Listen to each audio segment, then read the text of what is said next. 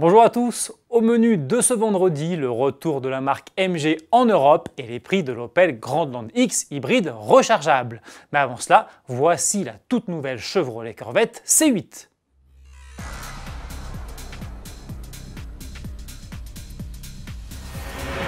Une page vient de se tourner chez Chevrolet.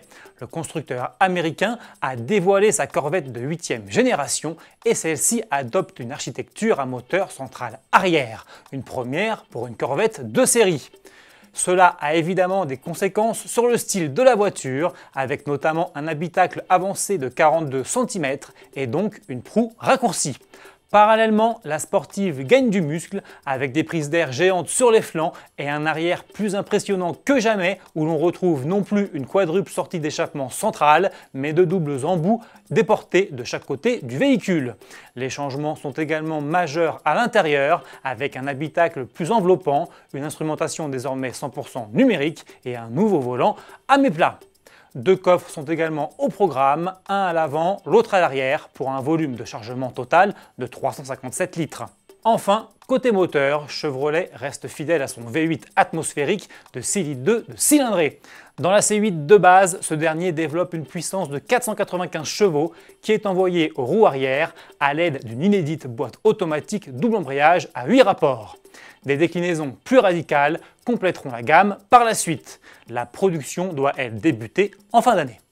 C'est officiel, la marque britannique MG, fondée en 1924 et propriété du groupe chinois SEC Motor depuis 2007, revient sur le devant de la scène. Après presque 15 années d'absence, le constructeur, principalement connu chez nous pour ses petites sportives des années 60, vient d'annoncer son retour en Europe continentale. Désormais tournée vers l'électrique, la marque effectue son comeback avec un tout nouveau SUV zéro émission, le ZS.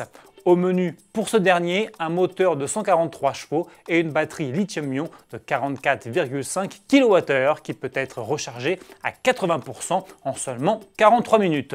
Le tout pour une autonomie de 262 km. Lancement prévu à l'automne. SUV toujours avec le nouvel Opel Grandland X qui arrive aujourd'hui sur le marché français dans sa version hybride rechargeable. Le carnet de commande est ouvert et les prix débutent à 47 750 €.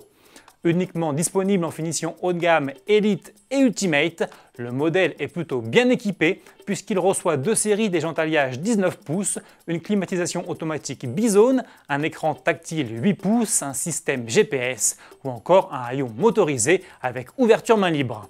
Sous le capot, ce Grandland X abrite la même motorisation que son cousin, le futur Peugeot 3008 Hybride 4.